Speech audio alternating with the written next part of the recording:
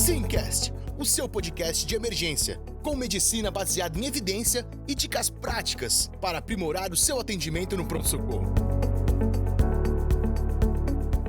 O Simcast é um podcast com propósitos educacionais e não deve ser usado isoladamente para diagnósticos, tratamento e prevenção de doenças. Além disso, não deve ser interpretado como guideline, mas sim como opinião de nossos especialistas.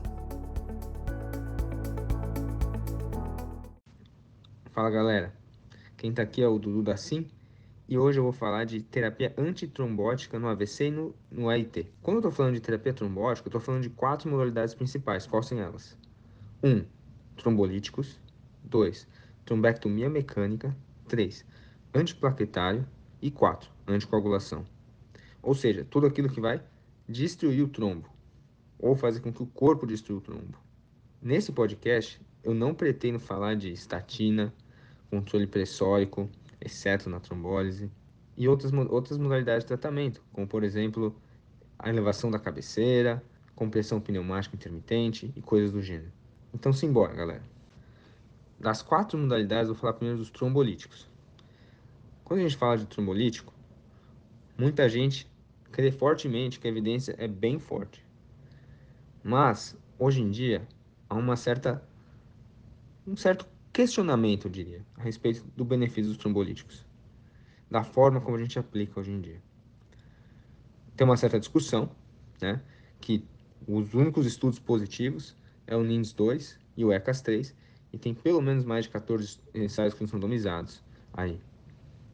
O que a maioria das pessoas falam é que só no NINDS-2 e no ECAS-3 encontraram a população de paciente que a gente consegue dar o trombolítico. Nas outras populações, o resultado foi neutro ou negativo, porque a população não foi a população adequada. Por outro lado, né, quem defende que os trombolíticos não funcionam afirmam que o NINDS-2 foi um estudo com múltiplas falhas metodológicas e com dados que não foram mostrados da forma mais correta, né? E no ECAS-3, que é o estudo que prolongou a trombólise de 3 a 4 horas e meia, foi um dos únicos estudos que mostrou benefício, enquanto tem outros que também prolongaram a trombólise que não mostraram benefício. Então existe essa discussão hoje em dia. Talvez a trombólise seja muito mais efetiva nas modalidades que a gente faz ressonância magnética, para ver a diferença da perfusão e difusão.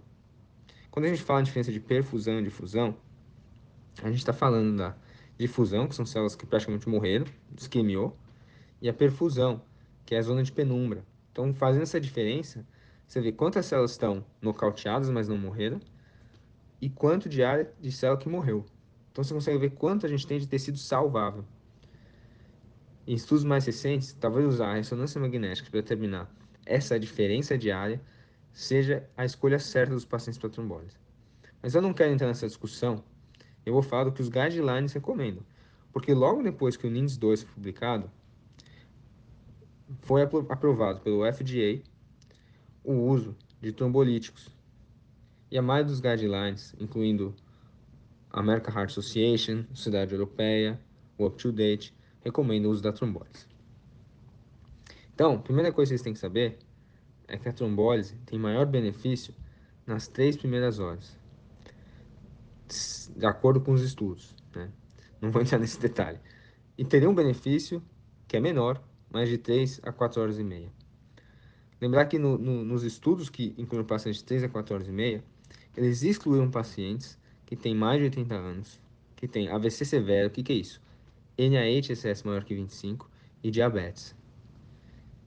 Hoje em dia, né, tem estudos retrospectivos que mostram que esses pacientes talvez não tenham tanto problema, não tenham tantas consequências, complicações da trombólise e o benefício seja o mesmo. Então, muita gente não considera isso como um critério de exclusão para pacientes em 3 e 4 horas e meia. E quando a gente fala em AVC, a gente tem que estar ligado, galera, que além de ter indicação, o paciente não pode ter critério de exclusão. Então, o que eu recomendo? Quando você for fazer a trombólise, até no HC eles fazem isso, e aqui nos Estados Unidos também, eles vão na listinha, né? Pegam uma listinha e vão checando um por um se o paciente preenche com critério de exclusão. Esses critérios de exclusão, pessoal, eles são baseados nos critérios que os trials incluíram como exclusão. Então, tem muitos critérios que são basicamente, que estão lá porque nos estudos foi colocado. E às vezes veio da ideia do pesquisador. Não necessariamente ser baseado em evidência. Mas como a gente não sabe, e teoricamente esses pacientes têm um risco grande de sangrar, a gente evita. Então são critérios de exclusão que a gente tem que passar um por um. Depois disso, você vai ter que pôr esse paciente na sala de emergência ou na UTI e vai ter que botar ele monitorizado, né, com oxigênio se necessário, 2 acessos venosos, né, você vai ter que solicitar os exames, né, e obviamente a tomografia não pode ter sangramento, tem que ser só um AVC isquêmico, tá? E aí você vai medir a PA. A PA dele, 185 por 110, é a PA máxima para começar a trombólise. Não pode estar acima disso. Não pode estar acima de 185 por 110. Se estiver acima disso, você vai ter que manejar com algum antihipertensivo. Você pode usar labetalol, nicardipina, hidralazina EV, enalaprilat. E tem até gente que usa nitroprusiato, embora a maioria dos guidelines não recomenda. E aí você tem que monitorar a PA a cada 15 minutos. E a partir do momento que o paciente estiver abaixo de 185 por 110, você vai poder fazer a trombólise. Em relação à trombólise, pessoal, a dose da alteplase, que é a medicação que a gente usa, que é um trombolítico, a dose é 0,9 mg por quilo do peso atual, chegando no máximo de 90 mg. Dessa dose que você vai dar, 10% da dose vai ser dada em bolos de 1 minuto e outros 90% vai dar em 1 hora, tá bom? Vocês podem escutar que tem uma dose de 0,6 mg por quilo por aí. Quem usa isso? Alguns países, principalmente o Japão, porque no Japão teve um estudo, open label, que mostrou que o 0,6 foi equivalente a 0,9, né, em desfechos neurológicos, e foi superior, ou seja, teve menos hemorragia no grupo do 0,6 mg por quilo. Só que se for ver o maior trial, que tem 3.300 pacientes, que é o Enchanted, né, sendo que desses, mais ou menos 2/3 eram pacientes asiáticos, com AVCI, foi um estudo de não inferioridade, eles concluíram que 0,6 não é igual a 0,9 mg por quilo. Assim, a gente não pode dizer que o 0,9 é superior por causa da metodologia do estudo, mas a gente pode dizer que eles não são iguais e que o 0,6 não atingiu a não inferioridade, o critério de não inferioridade. Enquanto você está fazendo a trombólise, você vai ter que deixar esse paciente na sala de emergência, como eu já falei, você não vai tirar. Você vai ter que monitorar a PA a cada 15 minutos, tá bom? Nas primeiras 2 horas, beleza? E depois, né, 30 minutos de 30 em 30 minutos por 6 horas. E aí depois dessas 6 horas, você vai de 1 em 1 hora até completar as 24 horas. Esse paciente, então só uma coisa para lembrar, se você precisar fazer algum procedimento nesse paciente invasivo, faz antes da trombólise, tá bom? Porque teoricamente, você tem que evitar em 24 horas procedimentos invasivos ou qualquer outro tratamento antitrombótico, como antiplaquetário, anticoagulação e assim vai. Beleza, pessoal?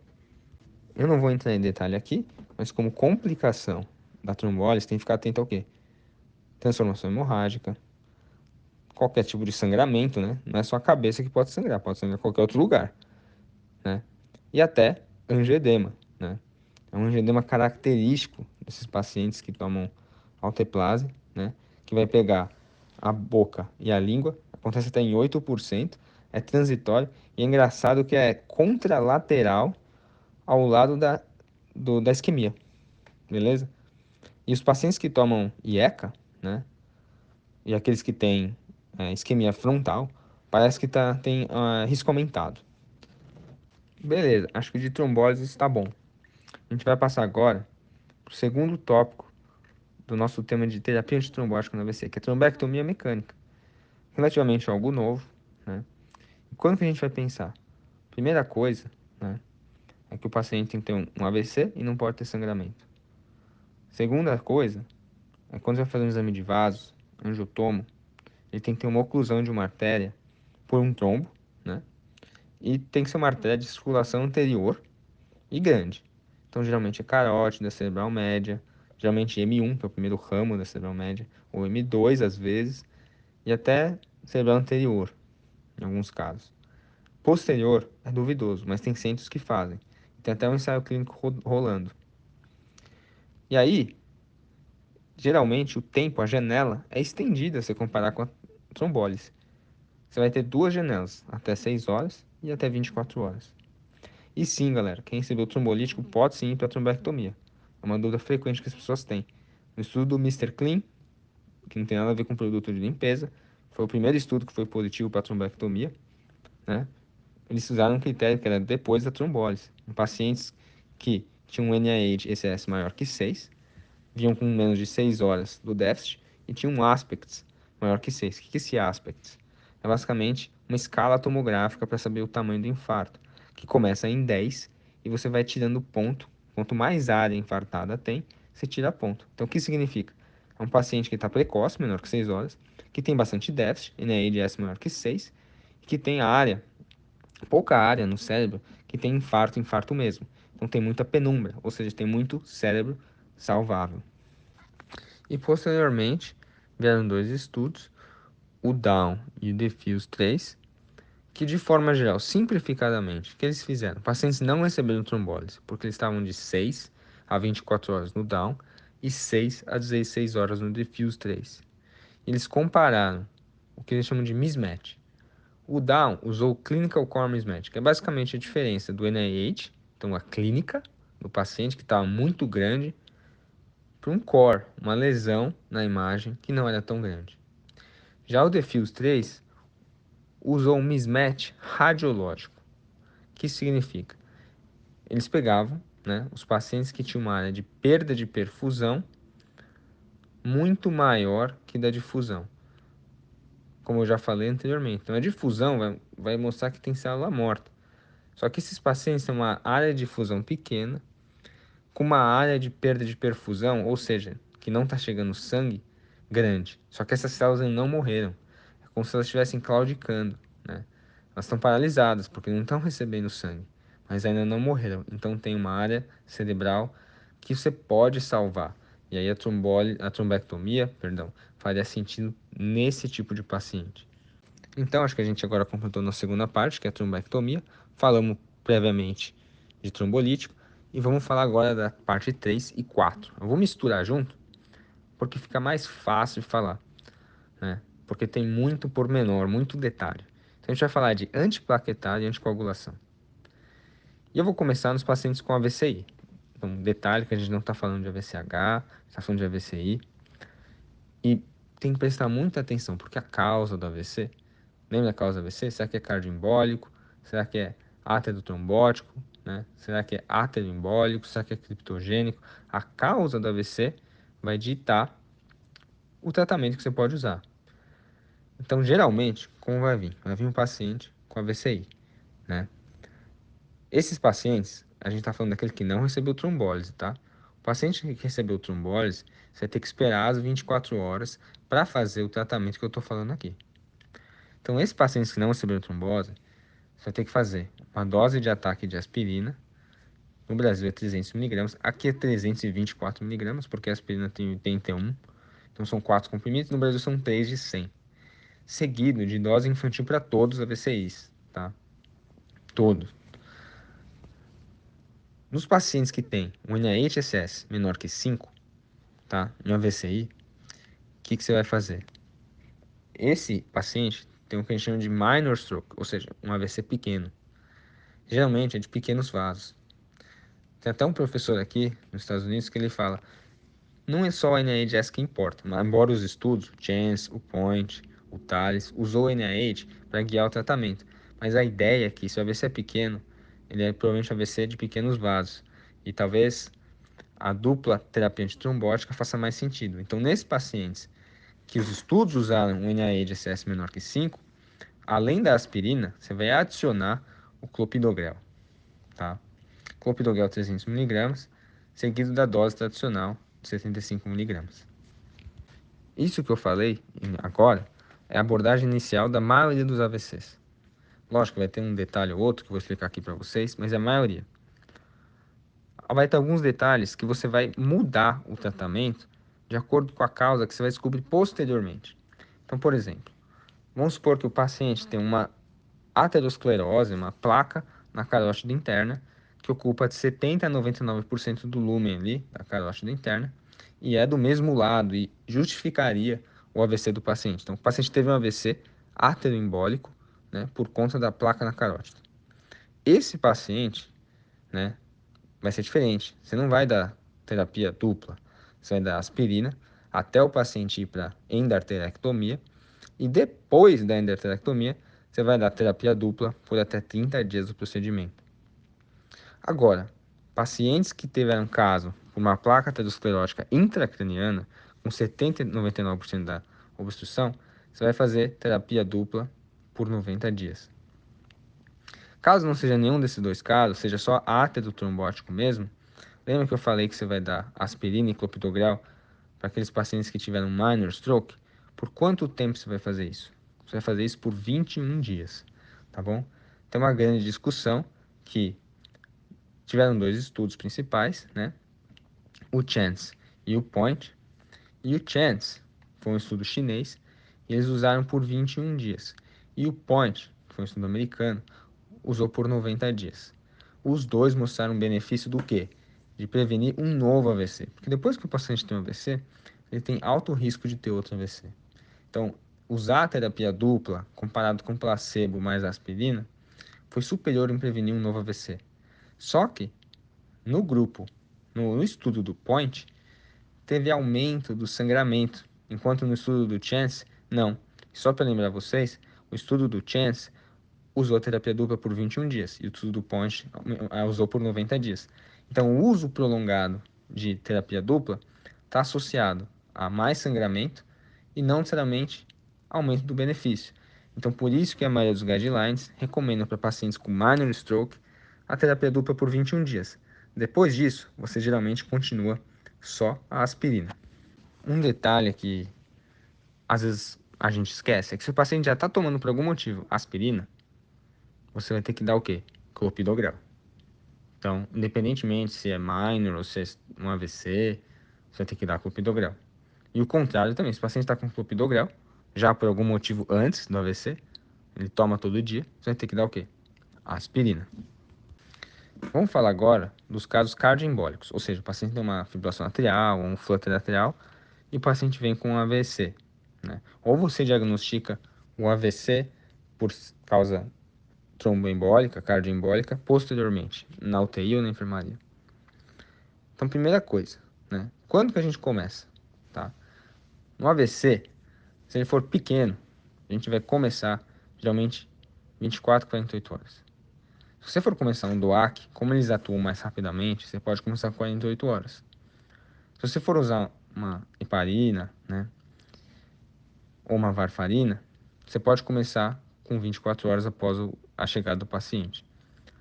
Por quê, né? Porque eles viram em alguns estudos, né, que, ensaio randomizado, que anticoagulação precoce nas primeiras 48 horas é perigoso e aumenta o risco de transformação hemorrágica. Então a gente evita a anticoagulação nessas primeiras 48 horas. A heparina e a varfarina você pode começar antes, porque demora para começar a agir. Como os DOACs são mais rápidos, a gente já faz nas 48 horas, enquanto os outros são 24 horas. Só que isso que eu estou falando é se o AVCI for pequeno. Mas se for um AVCI moderado de tamanho, e aí os guidelines não deixam claro, porque também não tem evidência, isso é baseado em recomendação de experts. Mas se o infarto for moderado, você vai esperar 7 dias para começar a anticoagulação. E se o AVCI for grande, você vai esperar 14 dias. Por quê? Porque quanto maior o AVC, maior o risco de transformação hemorrágica. Você precisa que essa lesão isquêmica se estabilize. Nesse intervalo de tempo, você pode sim deixar o paciente com aspirina e, obviamente, coagulação profilática. Mas não é, dependendo do tamanho, como eu já falei, não é indicado você deixar o paciente anticoagulado. Vamos agora falar, então, de um caso mais complicado. O paciente que já está em anticoagulação e chega com AVC. Nesse caso, você vai fazer o quê? Primeiro, você vai parar a anticoagulação, beleza? Você vai parar a anticoagulação. De 24 a 48 horas, a depender do tamanho do infarto, né? Se for moderado, 7 dias, se for grande, 14 dias, você vai recomeçar a anticoagulação. Nesse tempo que ele ficou sem anticoagulação, você vai deixar a aspirina, beleza? Agora, Se você achar que o paciente já está com anticoagulação e teve um AVC que não é cardioembólico, é átero trombótico, aí você vai ter que adicionar na anticoagulação a terapia antiplaquetária, que no caso vai ser aspirina. E, pessoal, para quem não sabe, antes de eu falar de AIT, a gente vai ter o nosso Emergência na Palma da Mão. Quando? Do dia 25 ao 31, vai ser um grande evento online, 100% gratuito, e que a gente vai abordar 4 principais emergências: infarto, AVC, choque hemodinâmico e intubação. Todas as aulas do dia 25 ao 31, às 20 horas. Vai lá no Instagram e segue o nosso cronograma. E se inscreve lá, pessoal. Agora vamos falar do AIT. Então, no AIT, pessoal, né, que é o acidente isquêmico transitório, a gente não vai realizar trombólise nem trombectomia. De terapia antitrombótica, a gente vai usar o quê? Alguns antiplaquetários e anticoagulação. Então, quando a gente fala em AIT, a gente vai ter que dividir em não cardioembólico, cardioembólico, né? E por placa aterosclerótica na carótida, né? Obstrução da carótida. Nos pacientes não cardioembólicos, você vai fazer uma dose de ataque de aspirina, tá? Seguido de dose normal. Aí tem um detalhe, é muito parecido com a VCI. Só que aí, um detalhe é que você vai fazer terapia dupla para aqueles pacientes que têm um alto risco de reavecizar. O que é reavecizar? O que é isso, né? Os pacientes com AIT, eles têm um risco aumentado de ter um AVC nos próximos dias, principalmente nos primeiros dias, tá bom? E como eu estratifico isso? Uma das formas que foi usada nos trials do POINT, do CHANCE, que eu já falei nesse podcast, é o ABCD2, são os pacientes de alto risco. Os pacientes de alto risco com ABCD2 são aqueles que têm mais de 4 pontos. E o que é esse ABCD2? É um mnemônico em inglês. A, de age, maior que 60, idade maior que 60. B, de BP, que é o blood pressure, que é a pressão arterial, maior que 14/9. C, a clínica. A clínica, como que foi a apresentação do paciente? Foi fraqueza lateral? Foi afasia sem fraqueza? Ou foi qualquer outro sintoma? Dependendo dessa classificação que eu falei, ganha 2, 1 ou 0 pontos. D, quanto foi a duração dos sintomas? Menor que 10 minutos, 0 pontos. 10, 59, 1 ponto. Maior que 60, 2 pontos. E é ABCD 2, porque tem 2 Ds. Então é ABCDD. E o último D é de diabetes, ganha 1 ponto. Se for maior ou igual a 4, esse paciente é um AIT de alto risco. E esses pacientes de AIT de alto risco não merecem só aspirina. Por quê? Porque no POINT e no CHANCE mostrou que esses pacientes se beneficiariam também do clopidogrel, dose de ataque, seguida de 65 mg, por quanto tempo? 21 dias. Então é muito parecido com a VCI. Beleza, pessoal? E você gostou do Simcast? Agora imagina passar um final de semana todo com a gente, aprendendo medicina de emergência na prática. Conheça o Emergência Sob Controle, o curso todo de simulações realísticas e estações práticas para você dominar a sala de emergência.